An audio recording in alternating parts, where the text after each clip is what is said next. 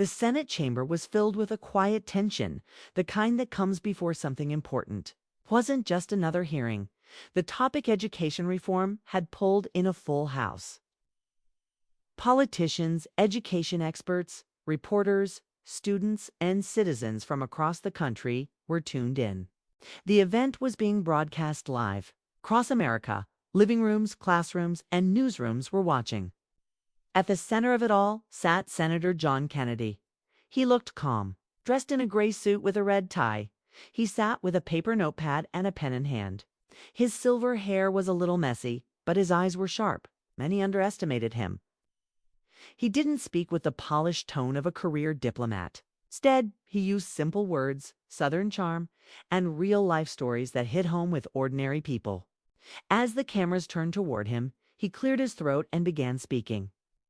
Madam Chair, my folks back in Louisiana aren't asking for magic. They just want their kids to read, write, and grow up smarter than the government. That's not too much to ask. A few people chuckled quietly. Others leaned in. Kennedy talked about school choice, letting parents pick where their kids go to school. He questioned why government money couldn't follow the child instead of being locked into a failing school system. He talked about wasteful spending, bureaucracy, and how too many students were stuck in broken systems with no voice.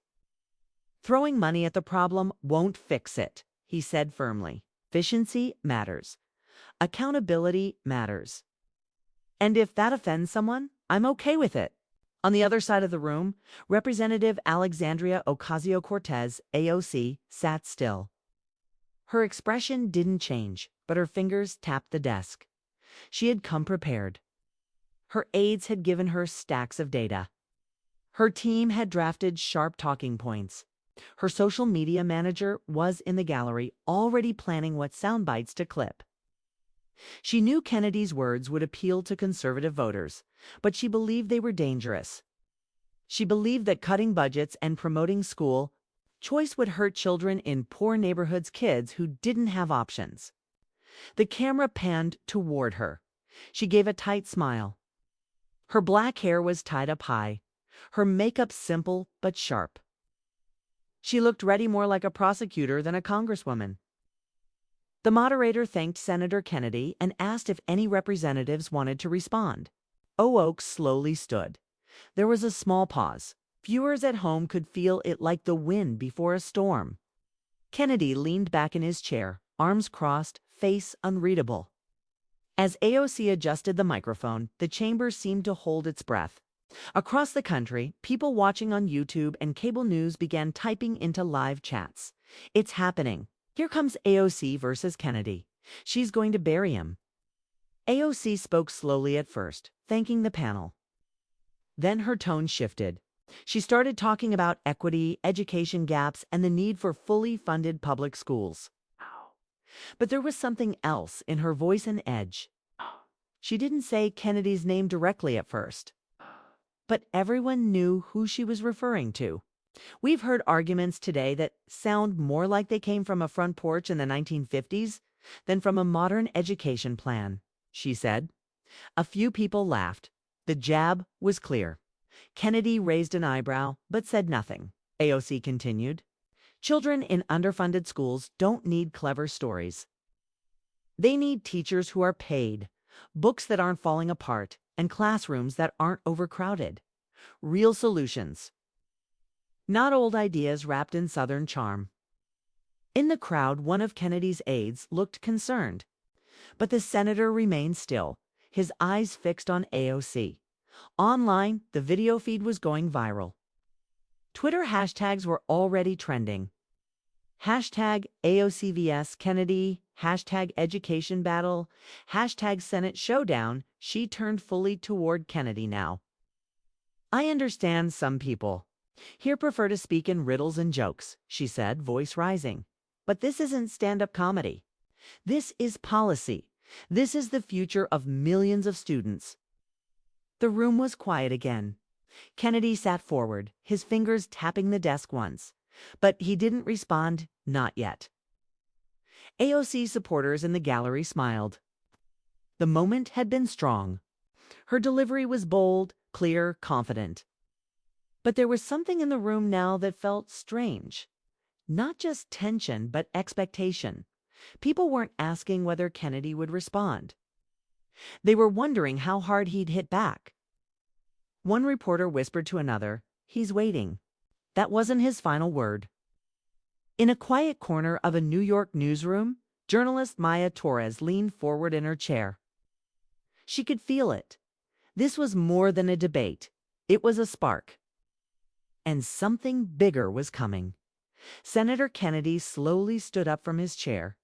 The room grew quieter. It's a kind of silence that isn't just quiet, it's heavy. It was the kind of silence that comes when people know they're about to witness something unforgettable. He placed both hands on the wooden table before him and leaned forward slightly, looking straight at AOC. Not with anger, not even with annoyance, but with the look of someone who had waited his turn, listened carefully, and now had something to say that mattered. "I appreciate the Congresswoman's passion," Kennedy began, his drawl smooth and slow, "but let me say this, not as a senator, but as a son of a teacher.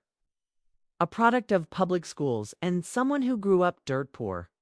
The room shifted. Even those who had laughed before now turned to listen more closely. "You see, when I was a boy, my mama used to cut coupons out of the newspaper so we could eat. I didn't go to some fancy boarding school. I went to a place with broken windows and outdated books. But I had teachers who cared, and I had to work my tail off just to keep up." He paused and looked across the room again. This time, his eyes moved across the young staffers in the gallery, then back to AOC. "I graduated top of my class at Vanderbilt. Then I studied law at the University of Virginia, one of the best schools in the country. And then I worked in federal prosecution, where I didn't care if the criminal was rich or poor, I just followed the facts." That line hit hard. A few heads nodded. Even some who disagreed with Kennedy's politics couldn't ignore the weight of his words. He continued. "So when someone suggests that I got my ideas sitting around a campfire," he smiled, "I'd take that as a compliment. Because in Louisiana, that's where the truth gets told. It's where people don't talk over you. It's where you learn to shut your mouth and listen." The room stayed quiet. Then Kennedy said what no one expected. "But what troubles me, Congresswoman, is not your words. It's the assumption behind them. That if someone doesn't quote from a Harvard textbook, they must be uneducated. That if a person uses plain English instead of academic lingo, they must not understand the problem." He let that sit in the air for a moment. "I may not speak like a scholar, but I listen like a citizen. And right now, citizens are worried. Not because they lack data, but because they see schools failing and no one being held accountable. Not the superintendents, not the unions, not even us in this room." The camera zoomed in on AOC. Her expression had shifted. She was no longer smiling. Kennedy looked directly at her and said one last thing. "You call for real solutions. I agree. But if you think mocking a man's background is leadership, then maybe we need to re-educate the people running the system." With that, he sat down. No one clapped. Not yet. But the silence in the chamber was deeper than before. It wasn't awkward. It was a silence filled with thought. Like people were rethinking something they had assumed just minutes earlier. Online, the live stream comments exploded again. Kennedy just ended her whole point. Is this real? He turned the whole hearing around. That's how you respond with class and facts. In a small room backstage, AOC's communications advisor looked nervous. This wasn't supposed to happen, she muttered. Supposed to fold. But Senator Kennedy hadn't folded. He had turned a public insult into a national teaching moment, and he had done it without raising his voice or insulting back. At Westbrook University, where political science students had been watching the hearing live in class. A professor stood up and turned off the screen. Well, he said, that was politics at its most dangerous and most powerful. Meanwhile, journalist Maya Torres, still in her newsroom in D.C., kept typing. Her instincts were sharp. And something about Kennedy's final words stayed with her. Maybe we need to re-educate the people running the system. She stared at the screen. What if he's right? She whispered. That night she began digging. she would find more than she bargained for. It had been just 6 hours since the hearing, but the internet was already on fire. Clips of Senator Kennedy's response were all over YouTube, TikTok, and Twitter. The hashtag Campfire Comeback was trending worldwide. News anchors were calling it one of the most surgical clapbacks ever delivered on Capitol Hill. Even people who didn't normally care about politics were now watching the clip on their phones. But the conversation was more than just Kennedy versus AOC. People were arguing over what it meant. Was Kennedy right to call out elitism? Had AOC crossed the line? Or was she trying to speak for the voiceless? In the middle of it all, one name kept surfacing: Maya Torres. Maya wasn't a celebrity journalist. She was an investigative reporter for a digital platform called The Ledger, known for being fair.com and detail-obsessed. And right now, she was staring at an old document, something she hadn't looked at in over a year. It was a confidential report, something she had once received through a leak but had never published. She had buried it because no one had paid attention at the time. But now, after Kennedy's speech, it felt different, urgent. The document was marked internal for committee use only. It was a federal audit of public school spending in 3 major cities. The report detailed how billions in education funding had vanished into contracts, overhead, and bloated bureaucracies, while actual classroom conditions had worsened. And on the final page was a name she hadn't connected until now: John Neely Kennedy, listed as one of the original co-authors of the internal review. She sat back in her chair. So he had seen all this before. He wasn't just talking about education as a politician. He had studied the system deeply and tried to change it. Maya opened a fresh file. She began writing the story behind Kennedy's words, a forgotten report that may rewrite the debate. She picked up her phone and dialed a source inside the Department of Education. "What do you know about the Kennedy report?" she asked. The voice on the other end hesitated. "I know it was buried." "By who?" "Top staffers under the last administration. Both parties didn't want to touch it." "Why?" "Because it named names. And it suggested that no amount of money would fix the system unless corruption was cleaned out first." That night, Maya didn't sleep. She kept writing, reading, and piecing together fragments from the report, interviews, and budget records. Meanwhile, inside Capitol Hill, AOC was facing pressure. Her communications team was split. One advisor said, "We need to double down, release a video response, focus on your message." Another said, "No." The senator flipped the narrative. "Attacking him again will make it worse." AOC stared at the screen showing Kennedy's remarks. There was no shouting, no insults, just calm, clear confidence. She had hoped to shake his foundation. Instead, he had reinforced his position and made her look like she had gone too far. Her chief of staff entered the room. "Congresswoman, we're getting word that an old education report tied to Kennedy is being revisited by the press." AOC narrowed her eyes. "What report?" "We're not sure. But if it's what we think it is, it's damaging not to us, to everyone." That's when the phone on the table buzzed. It was a text from a DC journalist. "You might want to see what Maya Torres is about to publish." AOC clicked. The link was still a draft, but the headline was clear: "Exclusive. How a buried Senate report exposed a billion-dollar flaw in public education. Now why no one wanted you to know." Her hands tightened around her phone. Suddenly, this wasn't just about a Senate hearing. It wasn't even about her or Kennedy anymore. It was about something deeper, something dangerous. A story that had been locked away was now coming back to light, and it was going to force everyone to pick a side. By sunrise, the Capitol was already buzzing. Maya Torres's article had been published overnight. It spread like wildfire across platforms: Twitter, YouTube, Reddit, and even mainstream news outlets. The headline alone was enough to rattle the establishment. "The Kennedy Report, a billion-dollar warning." That Congress ignored. The article told how, years ago, Senator John Kennedy had quietly led a review into the misuse of federal education funds. The report had detailed how administrators, consulting firms, and school boards had siphoned money away from classrooms. It warned that without transparency, children, especially in low-income districts, would suffer the most. But the report was never made public. Maya's article included screenshots, quotes, and testimony from anonymous sources inside the Department of Education. It even listed the names of senators, both Democrat and Republican, who had voted to seal the report for national interest reasons. It was political dynamite. By 9 a.m., news vans were parked outside Kennedy's Senate office. Camera wanted his response.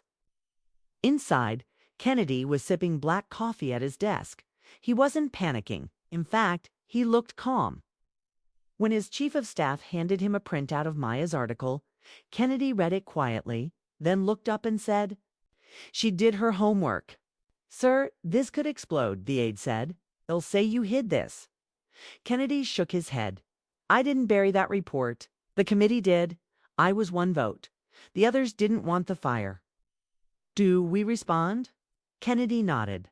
"Slowly, we respond, but not with a press release. We go straight to the floor." Across the Capitol, AOC was having a different kind of morning. She had barely slept.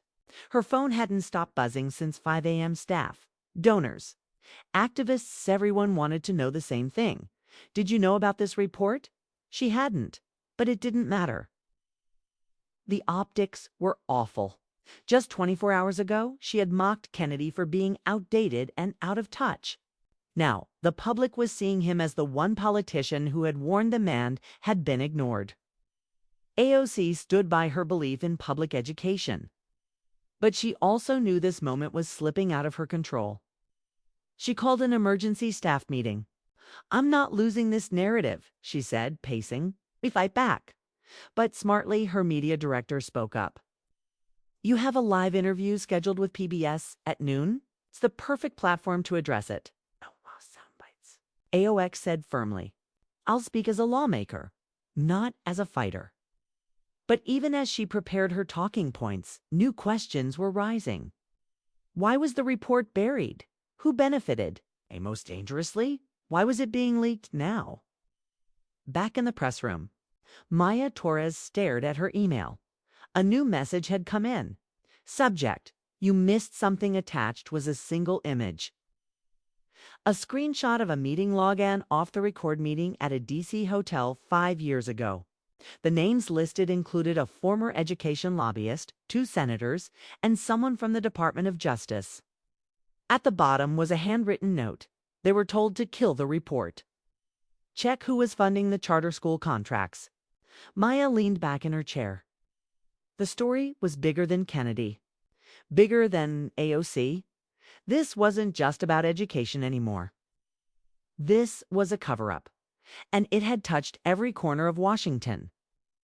Meanwhile, inside a classified room at the Pentagon, 2 intelligence analysts watched the media storm unfold. Of them turned to the other and said, "Should we alert the director?" The second analyst nodded.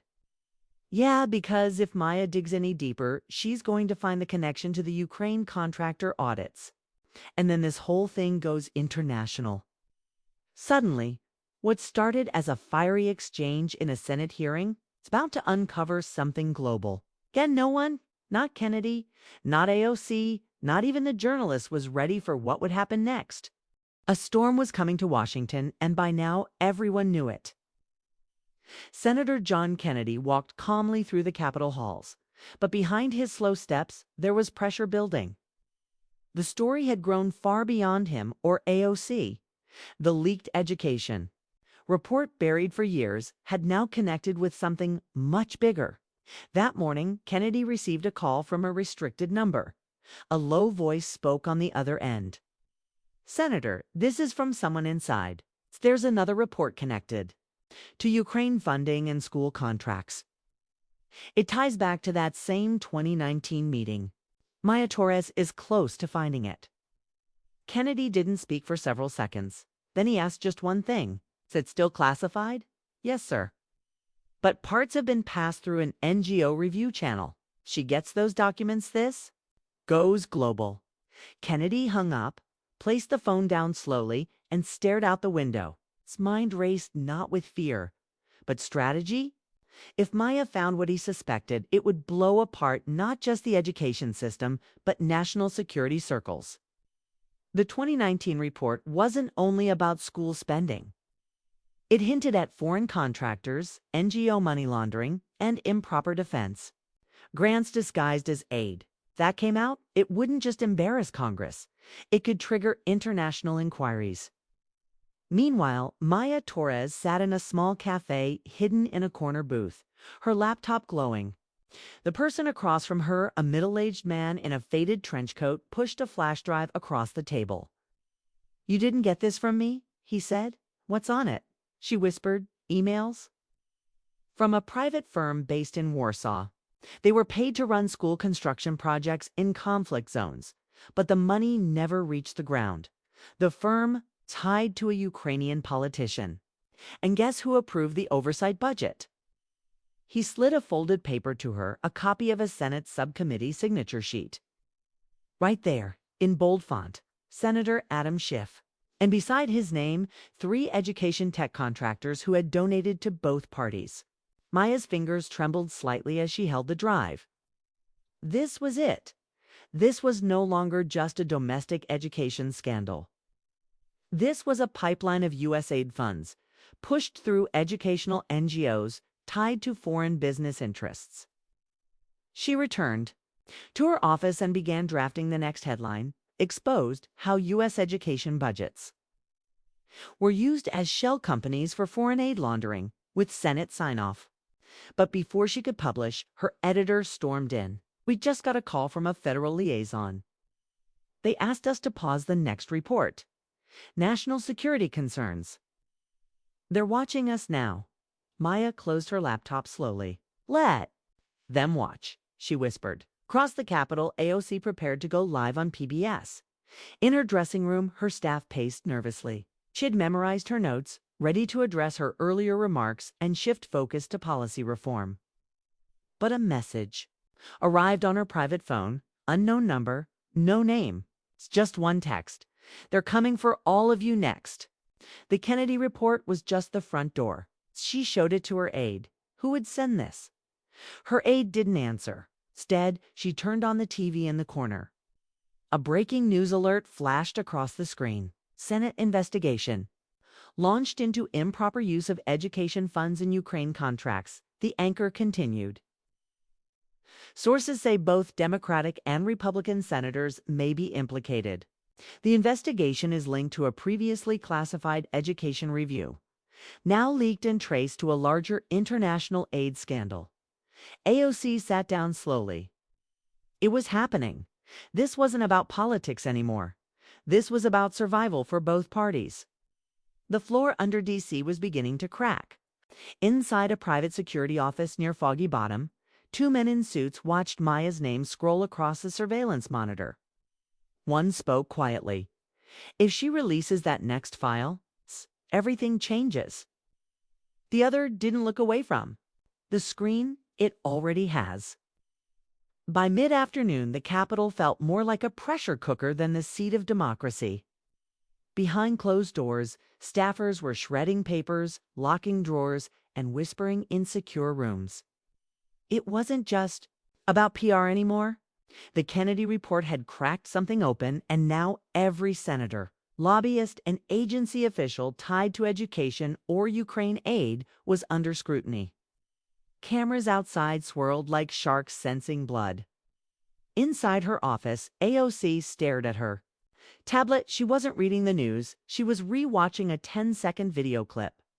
Her own face, her own voice, mocking Kennedy's education, followed by his now famous response. She whispered to no one, "That clip's going to haunt me forever." But it wasn't regret on her face. It was calculation. AOC knew how the media worked.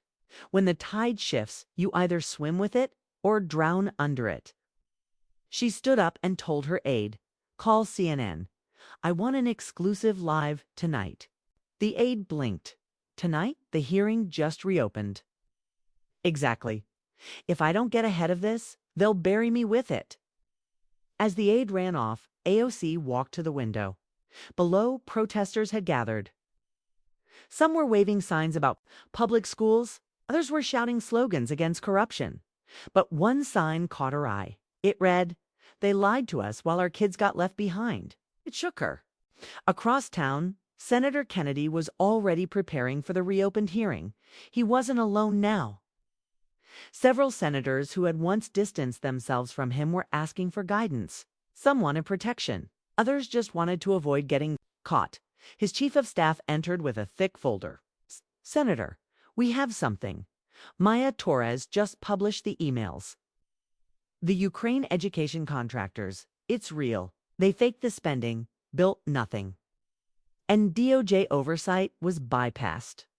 Kennedy sighed. "I knew it. That money was supposed to rebuild classrooms in war zones, not end up in yachts and campaign donations." A long pause. "The staffer looked nervous, sir. They're saying Schiff might be subpoenaed." Kennedy nodded. "It's not personal. It's about what they covered up." Outside, the reopened Senate Intelligence Subcommittee hearing began. Press, cameras, protesters, all watching live. AOC arrived late but composed. Her eyes locked briefly with Kennedy's across the chamber. The chairwoman spoke.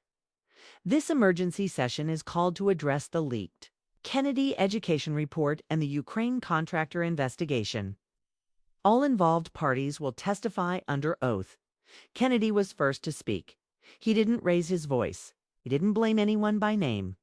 He just opened the original audit and read it, slowly, calmly, like a man who had waited years to speak freely. This wasn't just about budgets, it was about trust.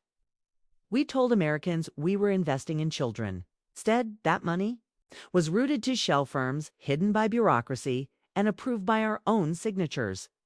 The room was silent, cameras flashed. Even the opposing senators didn't interrupt. Then came Maya Torres.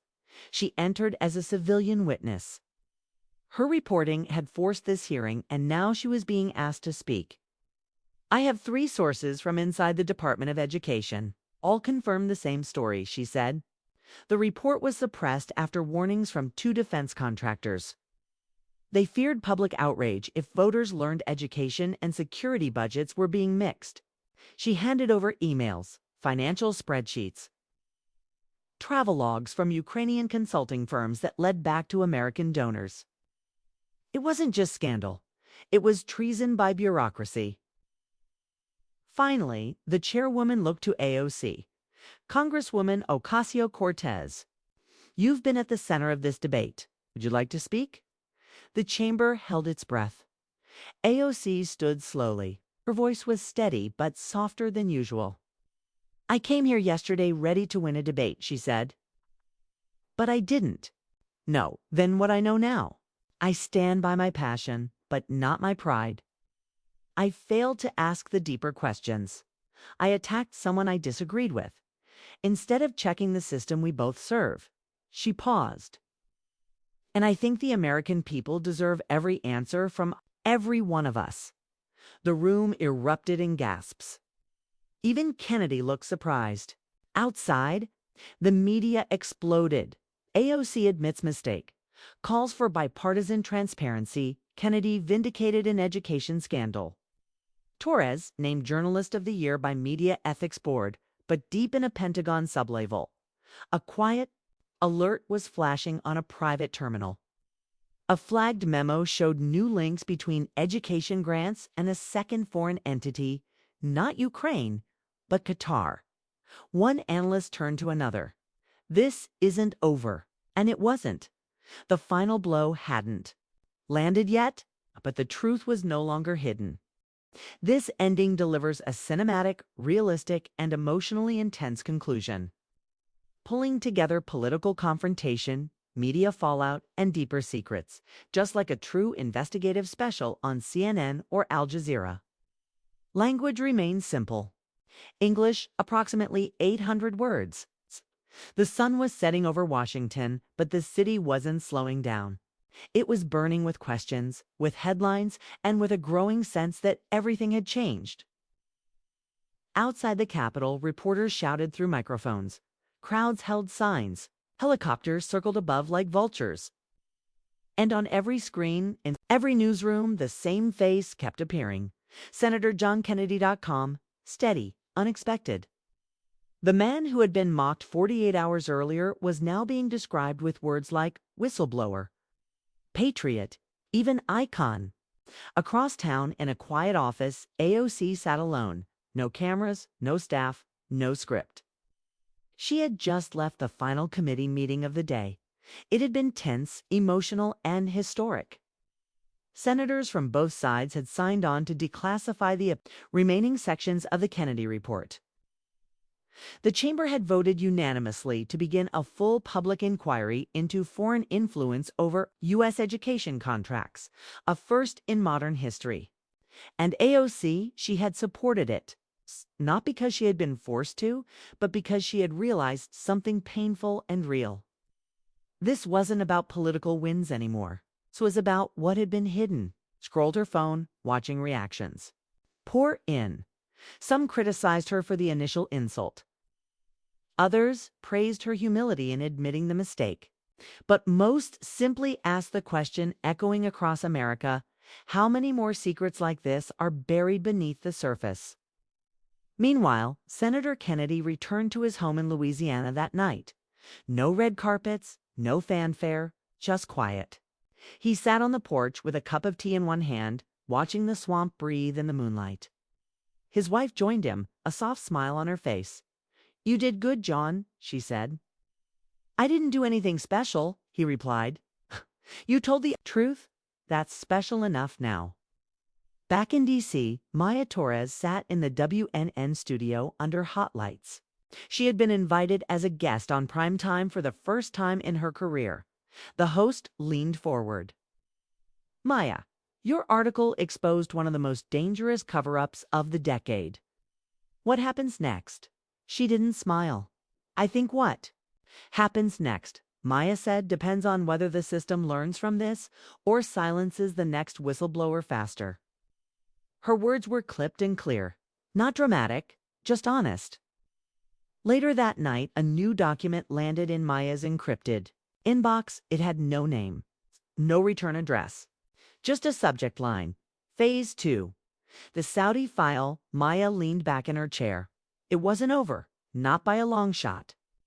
Elsewhere, a private Pentagon meeting was being held under special security clearance. Colonel stood before a digital screen showing complex financial links between U.S. education, nonprofits, and foreign intelligence networks. "This breach didn't start with Ukraine," he said. "Started years earlier through seemingly harmless education partnerships. They gave grants, we gave access. And now our schools, our systems, even our votes, are being watched." A general looked up. "What's the next move?" The colonel answered without hesitation. "Expose it before someone else does." Eye morning, the U.S. government announced a full audit of all international education aid going back 15 years. John Kennedy had triggered something bigger than himself. And AOC, whether by opposition or courage, had become part of the turning tide. In a rare joint interview, both appeared side by side on national TV a week later. Kennedy in his gray suit, AOC in her red blazer. Opposites on the spectrum, but now allies for truth. The host asked, "What's changed since that Senate exchange?" Kennedy spoke first. "Maybe nothing. Maybe everything. I still believe what I believe. And I know she still believes what she does. But we've both seen something clearer than party lines." AOC nodded. "We don't have to agree to do the right thing. We just have to look deeper and admit when we've missed something." That clip would be watched by millions. But the real moment wasn't the quote, it was the silence after. Two lawmakers, divided by politics, united by a storm. And finally willing to face the country not as opponents, but as witnesses. The story began with a mocking insult and a Southern senator's unexpected reply. It ended with investigations, resignations, and a reckoning that America had avoided for too long. The room didn't just fall silent when Senator Kennedy answered that impossible question. The whole nation listened and finally asked its own.